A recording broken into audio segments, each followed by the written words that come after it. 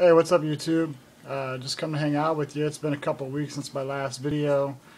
This week I want to talk about the Trayvon Martin Zimmerman case again. This is my second time speaking on the situation. This matter still isn't resolved. I'm not understanding why. I understand there's a lot of controversy about what happened. I know there's a lot of controversy about what the motivation was. But to me, this case is pretty cut and dry, and I don't understand why law enforcement is taking so long to act. Now, they're saying their hands are tied because of the laws that are in place, and then other people are saying those laws don't apply to the situation. But to me, this case is just being way overanalyzed. There's a few facts about this case that people just aren't overlooking. I don't understand why they're not looking at it this way. First point of fact is George Zimmerman is a nosy neighbor, neighborhood watch, whatever you want to call him. He's, first of all, not a law enforcement agent. He's not a special police officer. He's not even private security.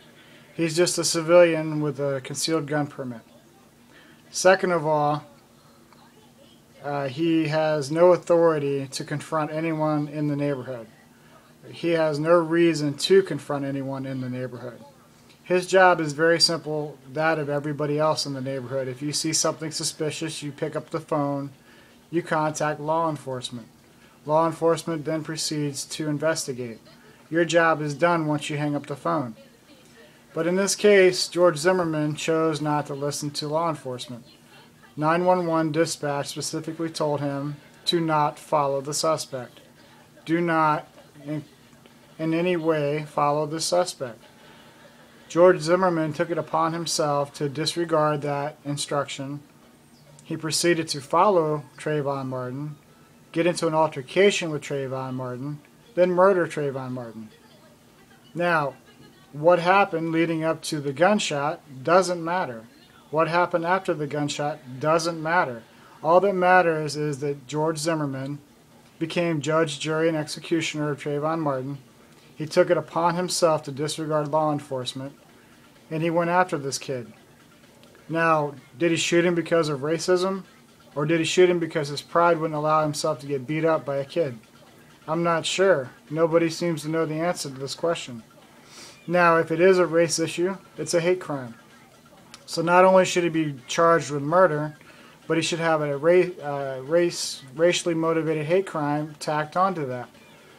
You know, it's time that a stand is made. This race bullshit needs to stop. We're all one people. We're all Americans. We're all human. You know, the race card needs to stop. It needs to stop being elevated. It needs to stop being brought into every situation. Because if this isn't the case, if it's just the fact that this guy didn't like the fact he was getting his ass kicked, and he just shot him to stop it, then that's even just as bad as a hate crime. You know, this guy let his pride control something that he never should have been in charge of, and that's a weapon of some sort. Now, I don't know what kind of weapon it was, and I don't really care. The bottom line of this whole situation was George Zimmerman never should have been within 100 feet of Trayvon Martin. He never should have followed him. Once he hung up the phone, he should have gone on about his day and let the law enforcement officials take care of this. If he had done that, if he would have just minded his business and allowed law enforcement to do their job, we wouldn't be where we are now, and neither would he. And Trayvon Martin would still be alive. We lost a teenage boy because an overzealous neighbor didn't listen. That's murder. Period. It's murder. If you disagree with me, that's fine. Let me hear about it. Leave me comments at the bottom. I want to read them. You know, this whole case is bullshit, and it's taken way too long to resolve. This is cut and dry. It's murder. Bottom line.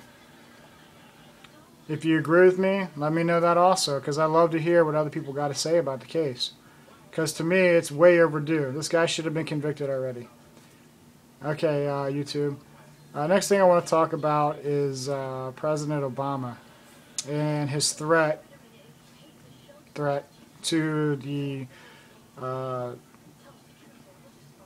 federal courts about Obamacare.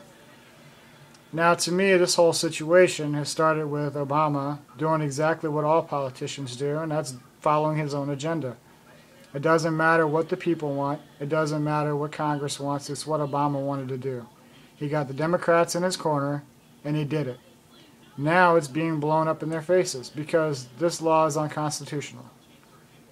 There's nowhere in the Constitution that allows for the government to reprimand anyone for not purchasing an item in this country.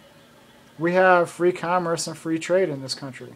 There is nowhere in this Constitution that mandates that the government can make us purchase anything. Health insurance is no different than a car, no different than a hamburger, no different than a movie, no different than anything else in this country that we have as citizens the right to go buy as we want. Health insurance is our responsibility as a person. And if you have a job and you don't make enough money, then you get the health insurance that you can afford. If you're out of a job, then you get help through the state or the county or whatever you need to do to take care of your family. But in this country, there is no room for a dictating government making us take any kind of health insurance just because they want to make a few extra dollars. This isn't socialism. This isn't dictatorship. This isn't communist. This is a democratic society for the people, of the people, by the people. Bottom line, the government is wrong in this situation. Obama was wrong for pushing this through. Now it is up to the courts to overturn it and do the right thing. This is unconstitutional. I don't care how you cut and dry it. There's no reason for the United States to be dealing with this kind of bullshit, and that's exactly what it is bullshit. President Obama needs to get his head out of his ass and realize you can't make Americans do something in this nature. Now, as far as Obamacare, you know, there are good points, but there's a lot of bad points. And there's a lot of things in there that piss most people off, which is why it's even in front of the judicial court. And for you to threaten the court to tell them to make the right decision, they're going to make the right decision. And that's the one that they feel is right, not the one you feel is right. It's their job to write down, bring down, and get rid of anything that is unconstitutional. No president has the right to try to persuade the courts in their decision. That's why we have 3 branches of government.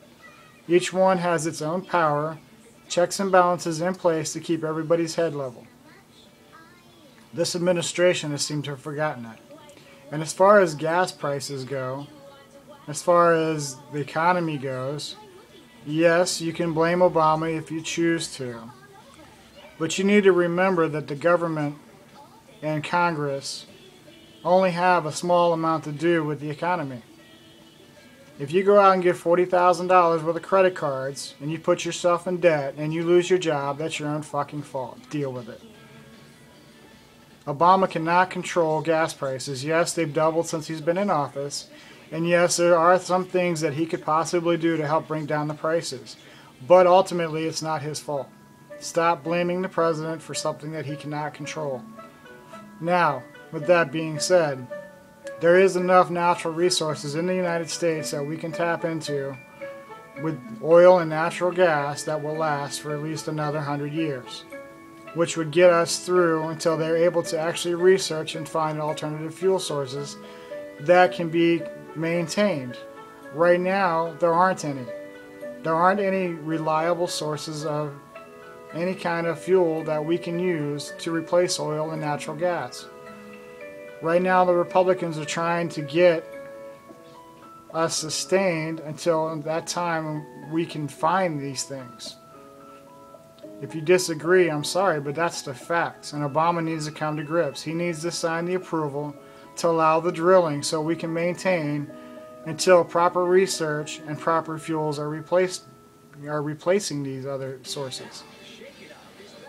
I feel very strongly that this country is suffering because we're importing too many goods and not relying enough on our own stuff. It's time for the United States to get back on its feet, and it's time for the government to do everything possible to make that happen. Now please, I want to hear your comments about that subject. Leave your comments below. If you like my video, please thumb up to the right and subscribe to my channel. Okay, and I'm still looking for suggestions for videos that I can talk about or things that you might want to see me do on video. So leave it at the bottom, and I'll talk to you guys hopefully next week. Peace.